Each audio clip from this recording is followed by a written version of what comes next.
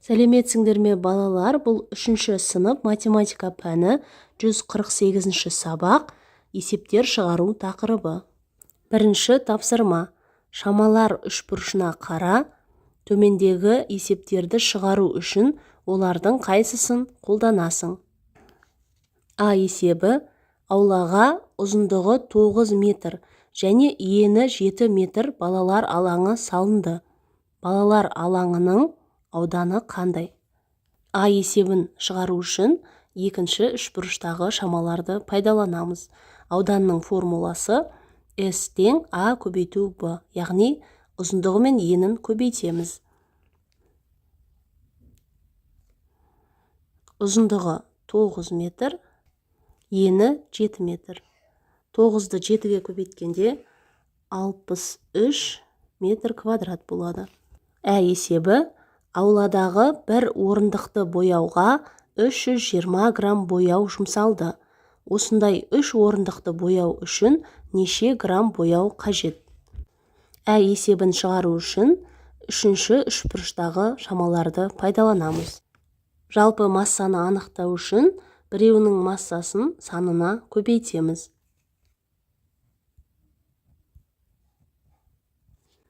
Біреуінің массасы 320 граммды 3 орындыққа көбейтеміз. 960 грамм болады. Б есебі: бір банка бояудың массасы 180 грамм. Осындай 4 банкада неше грамм бояу бар? Б есебінде үшінші үшбұрыштағы шамаларды пайдаланып шығарамыз. Жалпы массаны анықтау үшін біреуінің массасы 180 граммды 4 банкаға көбейтеміз. 720 грамм болады. Екінші тапсырма. Кесте бойынша есептер құрастырып, оларды шығар. А есебі: шай 75 теңге, 6 дана, құны белгісіз. Шоколад 104 теңге, 5 дана, құны белгісіз. Барлығы неше теңге?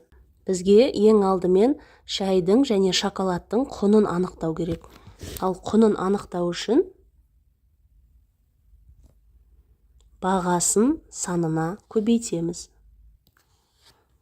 Бірінші шайдың құнын анықтаймыз. Шайдың бағасы 75 теңге, саны 6 дана. 75-ті 6-ға көбейтеміз. 450 теңге. Бұл шайдың құны. Енді шоколадтың құнын анықтаймыз. Оны анықтау үшін шоколадтың бағасы 104 теңгені саны 5 данаға көбейтеміз. 520 теңге болады. Ал барлығын анықтау үшін шай мен шоколадтың құнын қосамыз. Шай 450 теңге, қосу шоколад 520 теңге. Екеуін қосқанда 970 болады. Жауабы: барлығы 970 теңге. Ә есебі: сүт 125 грамм, белгісіз дана, құны белгісіз теңге. Айран 250 теңге, белгісіз дана, құны 1000 теңге. Сонда сүт пен айранның санын анықтаймыз және сүттің жалпы массасын анықтау керек. Бірінші айранның санын анықтаймыз. Оны анықтау үшін жалпы массасын бір заттың массасына бөлеміз. 1000-ды 250-ге бөлеміз. Тең 4 болады. Демек, айран 4 дана. Айран 4 болса, сүт те 4, өйткені екеуі бірдей. Енді сүттің жалпы массасын анықтаймыз. Оны анықтау үшін біреуінің массасын санына көбейтеміз. Біреуінің массасы 125 грамм, оны санына көбейтеміз. 125 көбейту 4 тең 500 болады. Жауабы: 4 сүт 500 грамм болады. Сонда сүттің жалпы массасы 500 грамм. Үшінші тапсырма. Ауладағы теннис ойнайтын үстелдің ауданы 192 метр квадрат. Егер ені 8 метр болса, онда үстелдің ұзындығы қанша болады? Бізге ауданы берілген, ені берілген, ұзындығын анықтау керек.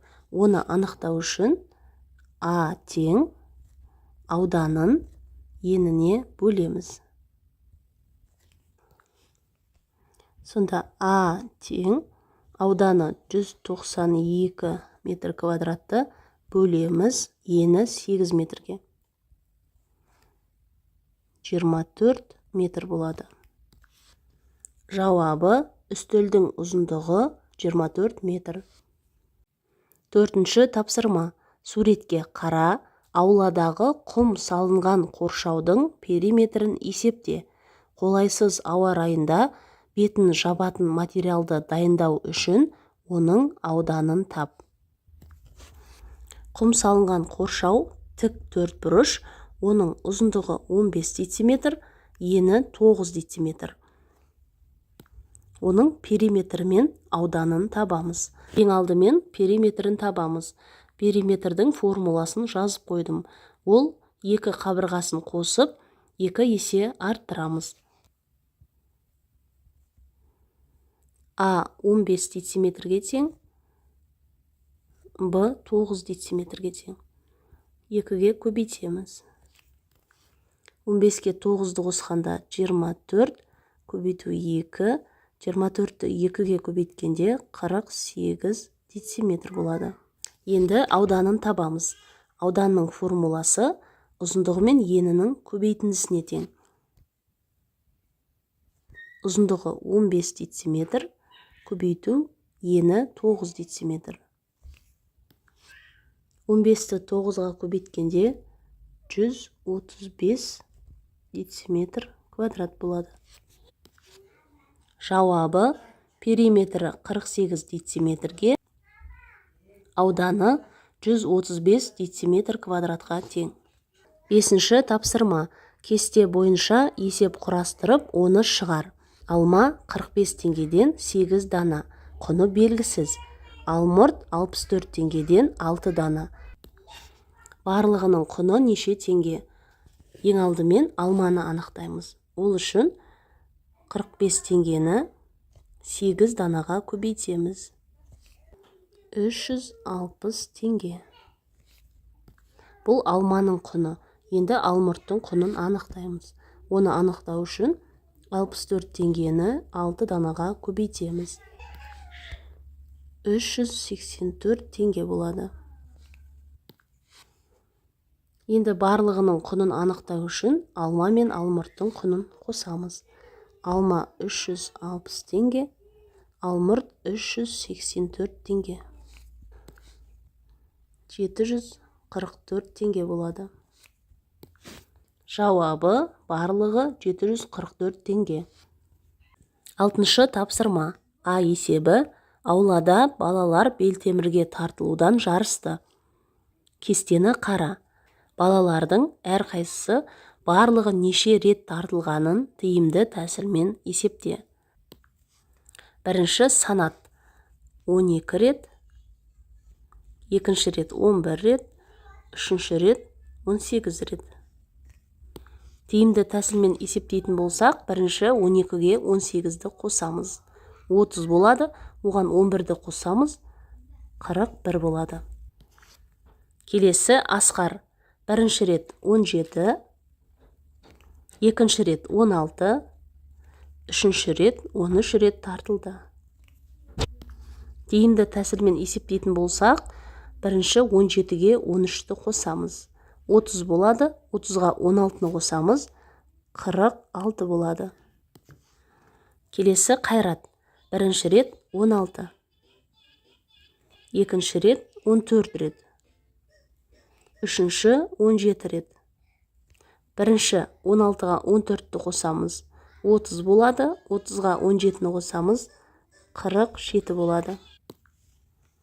Сұрақтарға жауап бер. Балалардың қайсысы Белтемірге көп тартылды? Ең көп тартылғаны 47, ол Қайрат. Демек, Қайрат деп жазамыз.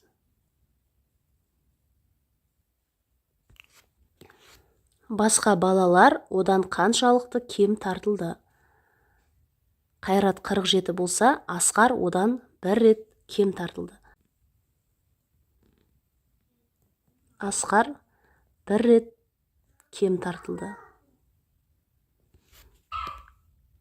Ал Санат 6 рет кем тартылды.